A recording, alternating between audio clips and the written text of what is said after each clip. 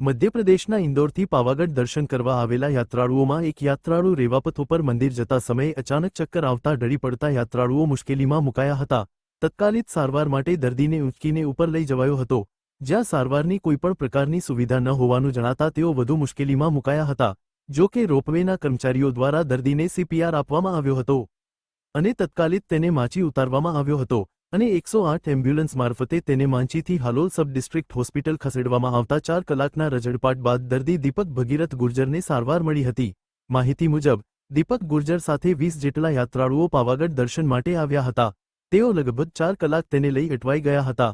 Halol referral હોસ્પિટલના સ્થાનિક ડોક્ટરોએ તેમની તપાસ કરી હાલત સ્થિર હોવાનું જણાવ્યું હતું, તેમજ પ્રાથમિક સારવાર બાદ તેમને રજા આપવામાં આવી છે।